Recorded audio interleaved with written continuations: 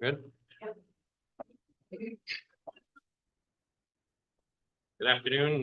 Welcome to the Township of Selwyn Committee of Adjustment for Tuesday, June 25th at 12:50 in the council chambers on the center line in Selwyn. Participants should understand that the meeting is being live streamed for everybody's use. Notification to members of the public and staff, presenters, and members of committee, please be advised that the meetings are broadcast and recorded and made available on the internet. I'm going to call the meeting to order. Are there any declarations of pecuniary interest or the general nature thereof? Okay, having seen none, if any come up during the meeting, let us know. Are there any deputations or invited guests? Madam Clerk? No. Thank you. And we'll move to application A1224 and ask the planner to give the reason for the meeting. Thank you, Chair. The Committee of Adjustment is holding a public hearing in accordance with Section 45 of the Planning Act in order to consider one application today for relief from bylaw 2009-021 being the comprehensive zoning bylaw for the Township of Selwyn. The prescribed notice of public hearing was provided via prepaid first-class mail to all residents within a 60-meter radius of the property subject to the application, as well as by a sign posted on the subject lands. The notice was also available on the Township's website. The notice circulation complies with the requirements of the Planning Act. If a person or public body would otherwise have the ability to appeal the decision of the Committee of Adjustment of the Township of Selwyn, but does not make oral submissions at a public hearing or make written submissions to the Committee of Adjustment before the committee gives or refuses to give approval to the application, the person or public body is not entitled to appeal the decision of the Ontario Land Tribunal. If a person or public body does not make oral submissions at a public meeting or make written submissions to the Committee of Adjustment of the Township of Selwyn in respect of the proposed variance before the committee gives or refuses to give approval to the application, the person or public body may not be added as a party to the hearing of an appeal before the Ontario Land Tribunal unless in the opinion of the tribunal there are reasonable grounds to do so. If you wish to be notified of the decision of the Committee of Adjustment, you must make written request to the Secretary Treasurer of the Committee of Adjustment, providing your name and address or email address. So onto the application. This is A12-24. This is for 3089 Cottage Lane. The purpose of the application is to permit a 12.94 square meter, 140 square foot deck extension. The relief being requested is to reduce the minimum high water mark setback from 30 meters to plus or minus 19 meters to an open deck. We have comments from Hiawatha First Nation expressing a concern of archaeological resources for any excavation to occur. The County Public Works Department has no concern, and the Otonabee Region Conservation Authority has provided comments of no concern, provided that necessary permits are obtained as necessary. With regard to the archaeological assessment, the post holes have already been put in place, and therefore an archaeological assessment does not appear to be warranted. With regard to the application itself, I find it meets the 4 tests of a minor variance, and I do recommend the application for approval. Those are my comments. Thank you. Is there anybody here to speak in favor of the application? Yes, we have the applicants, Gail Patterson and Greg Greg Patterson. Patterson. Go ahead, folks.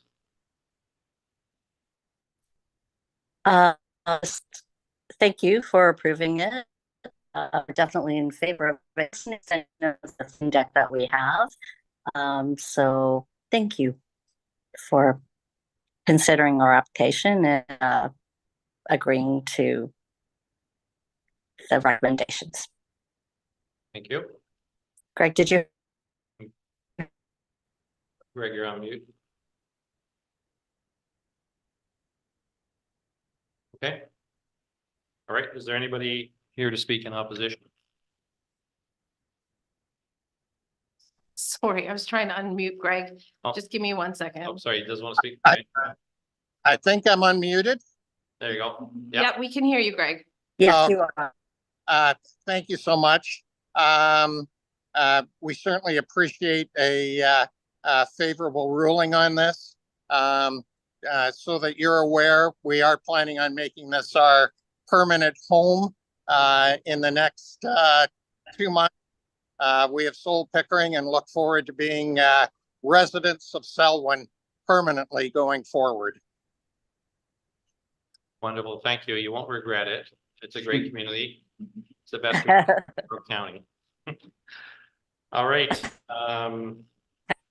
Having heard no other, nobody else waiting to speak to the application, we'll move on to item 5. Any deferred or new business?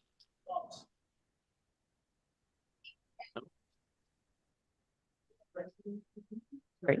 You might want to ask the committee members if they had any Oh, questions, sorry. but that's okay. Committee members, any questions? Oh, all right. Didn't see any hands going up. Thank you. Item 5, deferred matters for and new business. No deferred matters. Any correspondence to committee? No correspondence. All right, we go to number 8, minutes of the Committee of Adjustment meeting of May 28th, 2024. Posted in the agenda. Move the minutes. John Boyko, Mary Coolis, all in favor? It's carried. Thank you. And a motion to adjourn. Oh, Next pardon me. meeting. Sorry, we Oh, just, so we have to do Pass it. it. We have to It's not pass on the it. agenda, so, okay, we have to pass it, right? It's not on the agenda. All right, so motion to approve, file number A-12-24. 3089 Cottage Lane in Smith Ward. Brian, Henry, and Mary Coolis, all in favor? Thank you. Now I'm ready to adjourn. Okay, we need a number 9 and a 10. It says motion to approve. All right, motion to adjourn. Mr. Henry.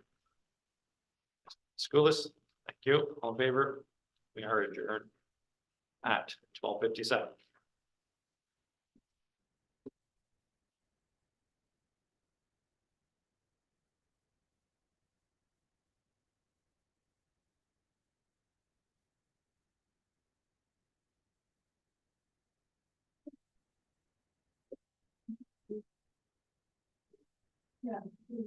Hi, Greg and Gail. Just so that you know, the meeting is over and the application was approved. Thank you. Never noticed that. There is no thing that's approved Approved, yeah, it's just part of the, yeah. process, I guess.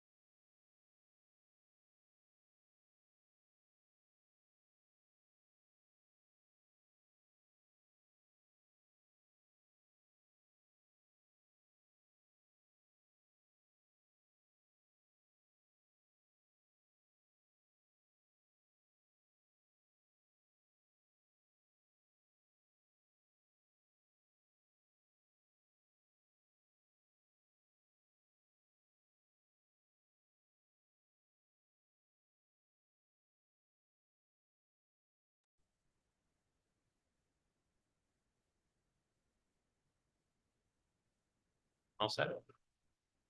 Great, thank you. So welcome to the Township of Selwyn regular council meeting for Tuesday, June 25th at 1 p.m. in the council chambers on the center line of Smith. We'll do our land acknowledgement. We respectfully acknowledge that we are on the treaty and traditional territory of the Mississauga and Nishnawbe. We offer our gratitude to the First Peoples for their care for and teachings about our earth and our relations. May we honor those teachings. Going to have a moment of silence reflection. Please observe a moment of silence so that council, staff, and members of the public can quietly reflect on our duty to the community that we're trying to serve.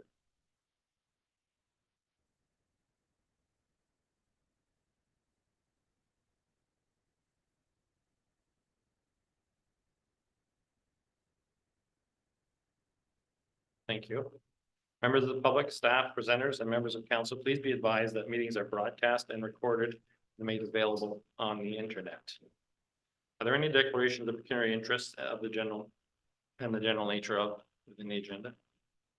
Okay, having seen none, if any come up during the meeting, please present them. We'll move to item 1, which is the minutes. Motion to adopt the minutes of the regular council meeting of June 11th, 2024. Thank you.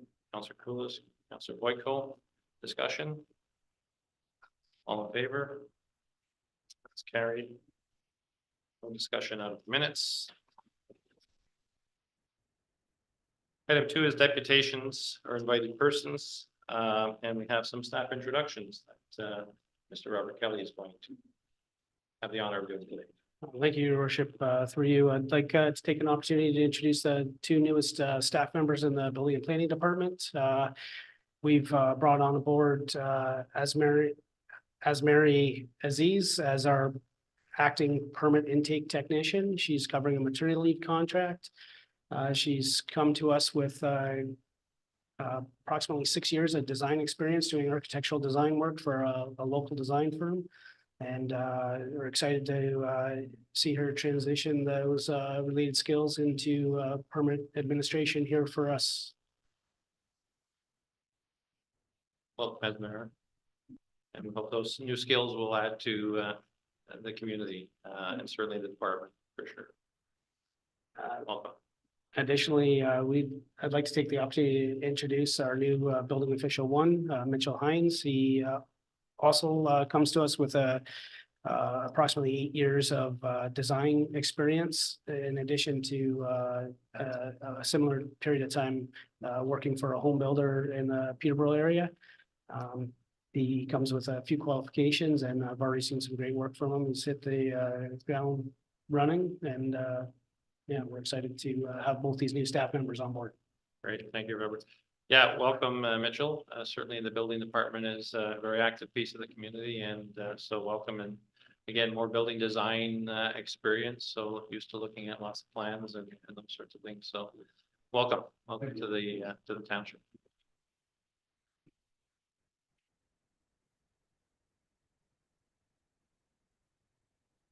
Thought he was on a cane again.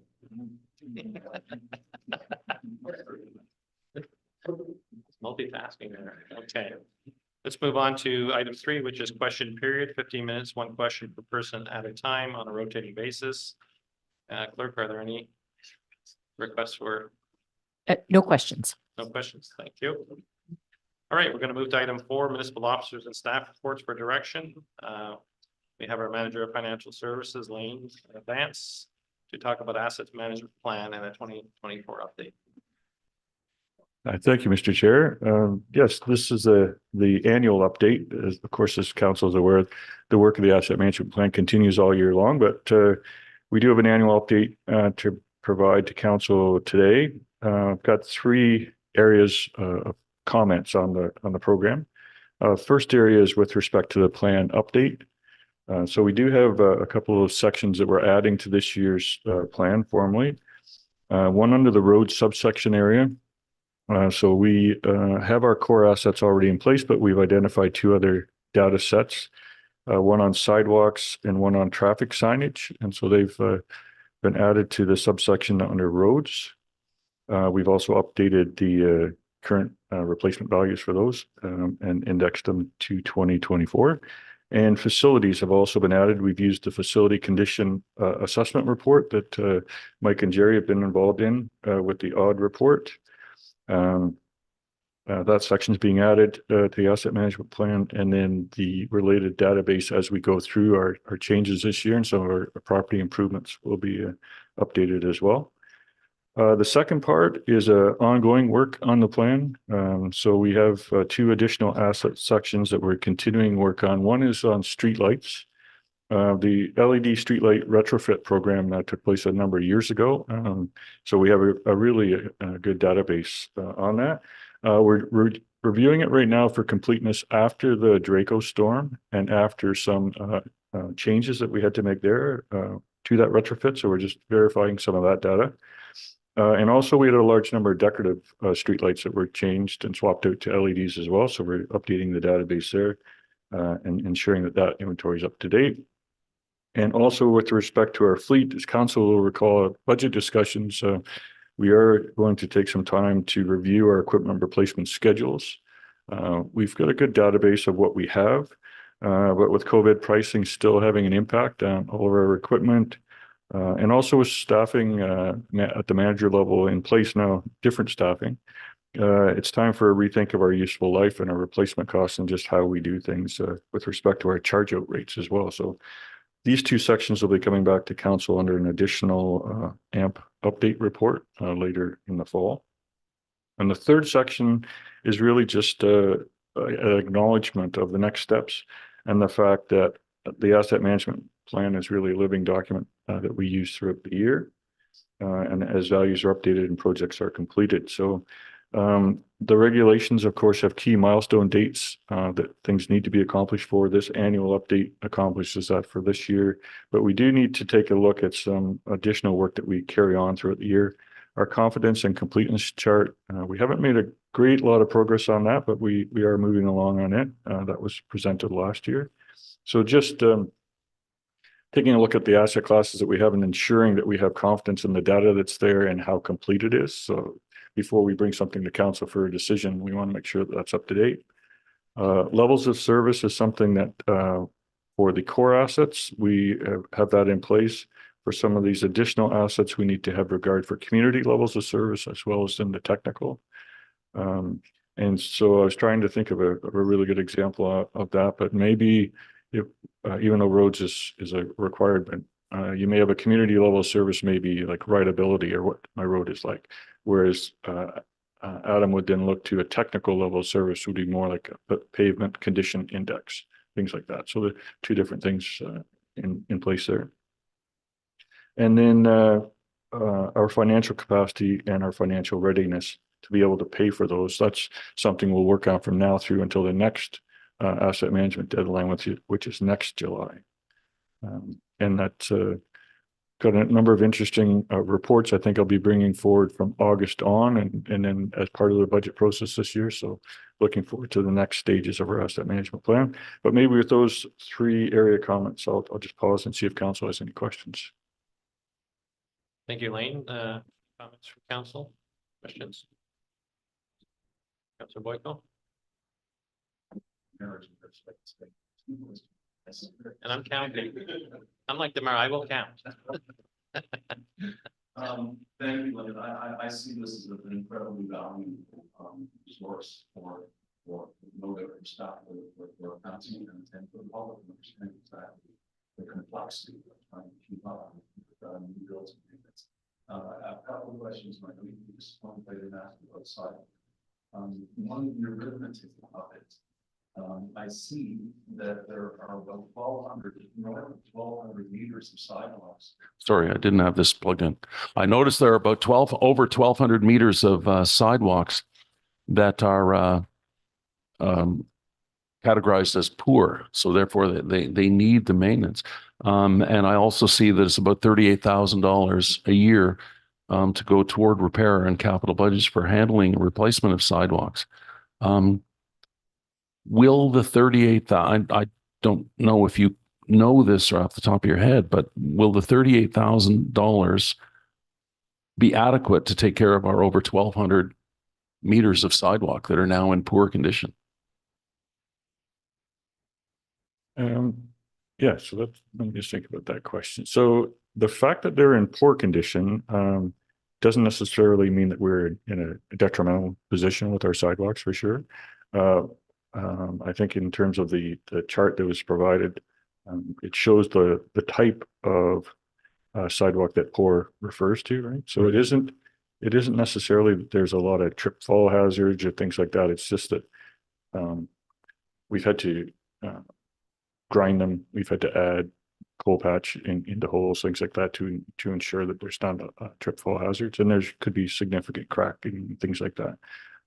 In some instances, and I think that the photo with respect to the poor one, that's on George Street in particular. I happen to know where that one is, and that would be a prime example of something that we would change if that road gets improved. And George Street is one of those roads that we have an application in for with respect to the twinning of the force main that goes across, and we would also upgrade that section of George Street. So we would include that more in a capital program. So the 38,000 is more to do with our maintenance and ongoing. So it would be things like grinding that sidewalk, like ensuring the coal patch is there, those types of things. Maybe the odd bay replacement if it was in really bad shape, that type of thing. So the poor ones would be more in line for a full replacement when we include that as part of the capital program. Okay, that's terrific. And I'm assuming this is supplemental. This is 1A. That where it says that I'm looking at the tactile walking surface indicators, and it says in terms of compliance that all sidewalks are lacking tactile walking surface indicators at the bottom of curb ramps. They should be installed in all new and reconstructed curb. Should. Is that a shall or a should?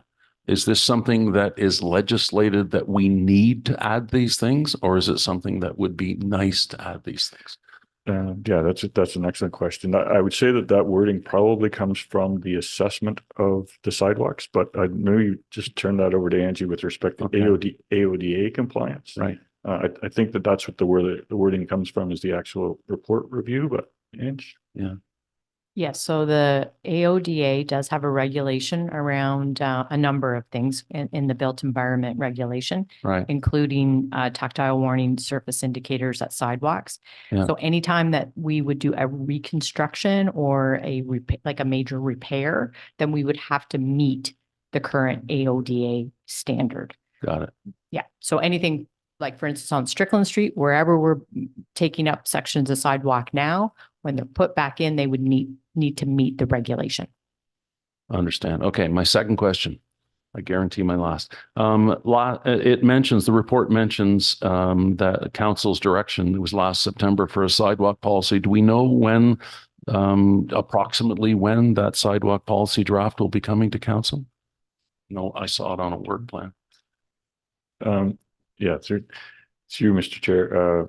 Yeah, I think that is on Adam's work plan. I think it's this fall. Yeah, it is absolutely on the work plan. We have been very busy and have had some staff shortages, so we're a little bit behind on some of these things. But yeah, I would hope it would come forward in the fall. Okay, thank you. You're welcome. Any other comments from council?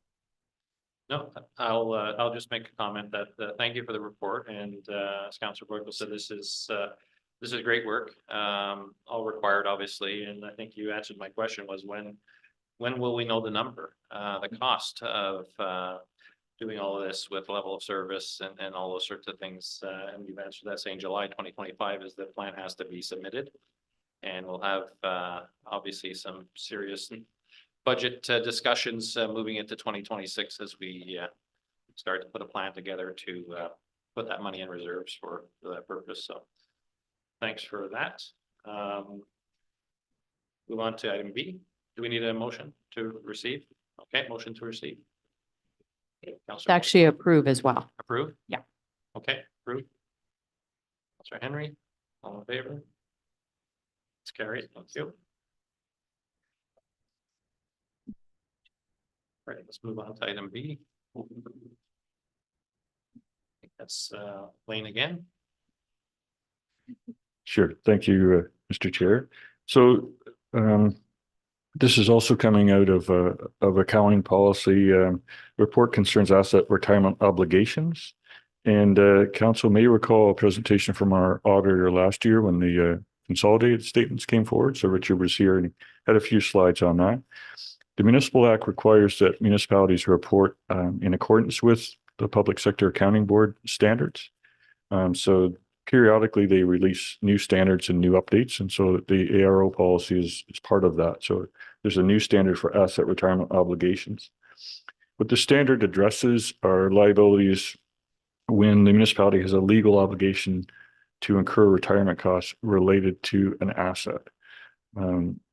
Before I go on, I just wanted to thank Michelle Fisher at the County of Peterborough. She shared the county's policy with all the local treasurers group, and we had a lot of good discussions as a local group of treasurers. And so there is value in trying to keep some of our local policies consistent. So the county has adopted this policy, and it's went through its first round of financial statement presentation. So there's good value in that.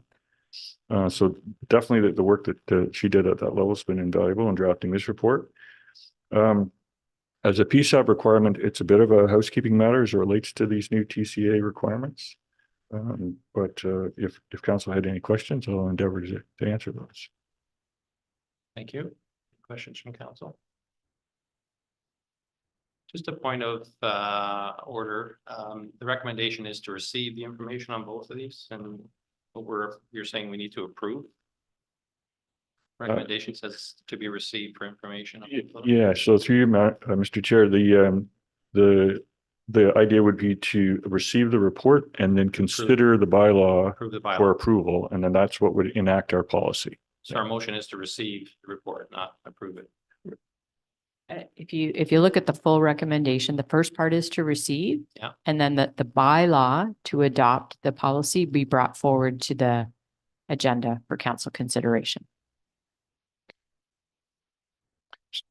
Yeah, so I guess we're Still trying receiving the report at this point and then approving the bylaw. the bylaw would be later, and that's why we just don't want to presuppose that council is going to approve the bylaw at this point in time. So it is receiving the report and then just ensuring that it will be considered at the bylaw section. Yeah, no, the whole recommendation is part of the motion, obviously, right? But it does say receive, it doesn't say. The recommendation is we always receive the report. Yeah. And that's then what the we're doing right follow-up now. is that the bylaw that would actually adopt the policy Yeah. would be brought forward for approval Yeah. under the bylaws section of the agenda. So we do need the two items so that it's dealt with under the bylaws section. Okay. Yeah, no, we're receiving a report is in the way I look at it here, and we're approving the bylaw when it comes up on later in the agenda. Right, but in order for it to be dealt with, it needs to, we need council's direction to bring it forward to deal with under that section of the agenda Under that, the full recommendation that's in front of us. yes. All right, so we'll need a motion to approve. Thank you, Councillor Hannon. Councillor Clueless. Any further discussion? All in favor? Thank you. Right. We'll move to consent items. Members of the council wishing to bring consent items forward. Hearing none. We have item 1 being brought forward for recommendation to council for response. I'm also bringing number 5 and number 8 forward. Is that from the correspondence report? Yeah, Sorry. sorry, from correspondence. Yeah, sorry. Which number? 1? 1 is a recommendation from in the agenda, and 5 and 8.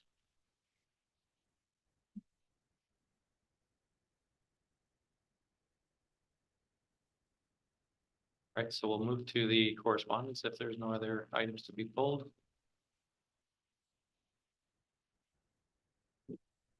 Item 1 is the Eastern Ontario Wardens Caucus, their infrastructure policy paper and letter.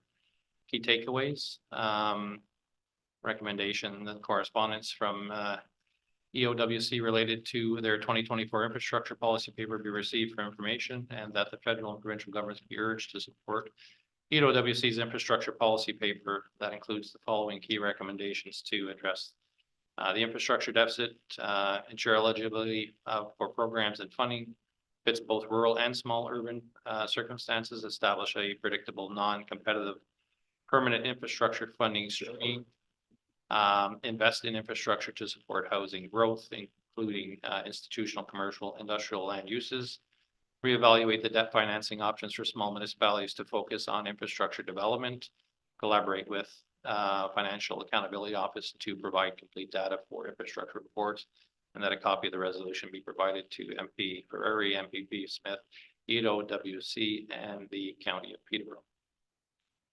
Questions, discussion? All right. Yep. Through you, I'm just curious, has anybody else, is anyone else bringing this forward through delegation at AMO?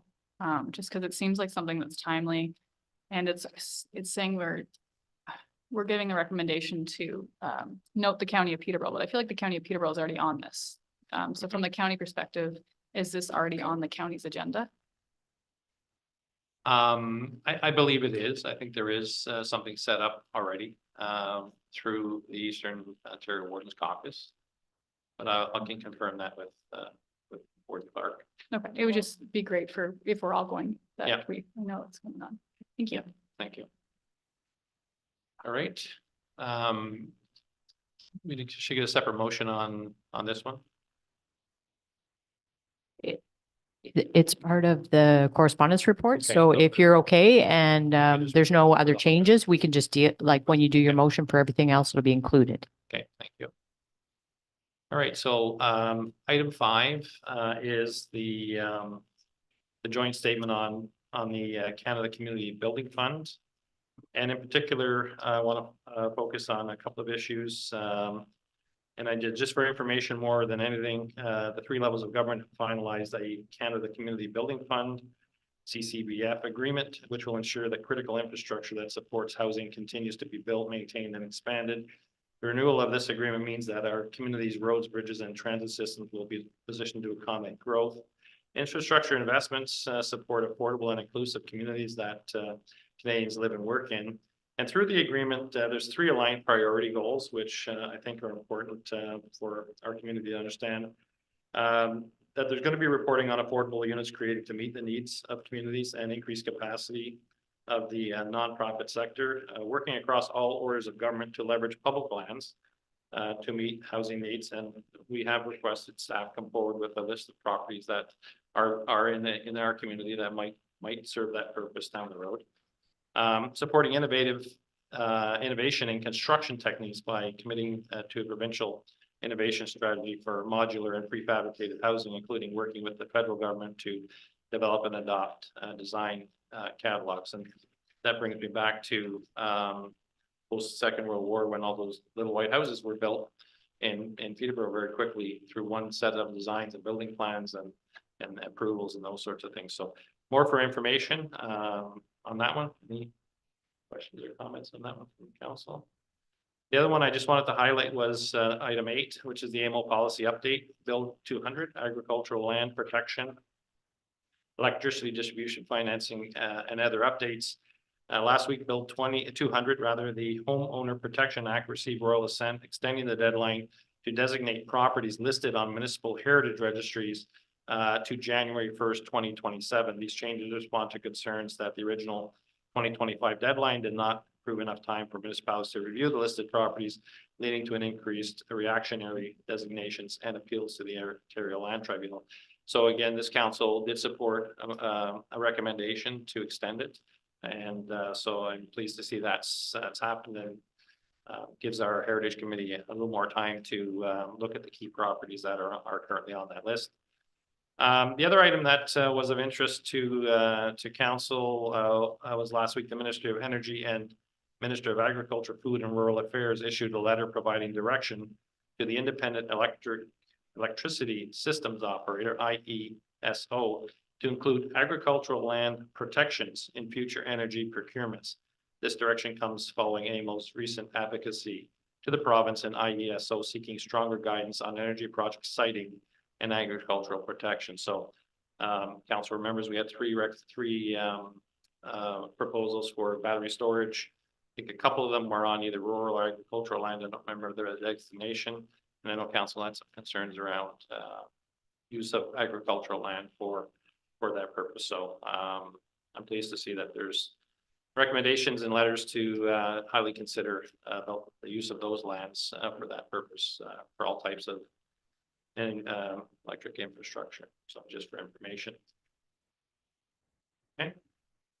Comments? No? All right. So we need a motion to approve the consent items. Councillor Boyko, Councillor Coolist, all in favor? It's carried. Thank you. And there's no report from Peterborough County. Committee reports. They're all part of consent, right? Yeah, okay. Are there any petitions? No petitions? Any new or unfinished business? Council, nothing. Staff, nothing. Thank you. We'll move to 11. We'll move to bylaws. Bylaw 2024-037, adopting ARO policy. Bylaw 2024-38, authorizing Canada Community Building Fund Agreement, which we spoke to. And 2024-39 are confirmed bylaw. We actually, two we'll first. just do the two Two first. first, sorry, yeah, two first, and then we'll do confirming last. So motion on those two bylaws, 37, 38, Councillor Henry, Councillor Boyko, all in favor? That's carried. And 2024-039 are confirming bylaw motion. Councillor Coolist, Councillor Boyko, all in favor? That's confirmed. And a motion to adjourn. Councillor Henry. Councillor Coolist, all in favor? Great. Thank you. Thanks for the direction from staff.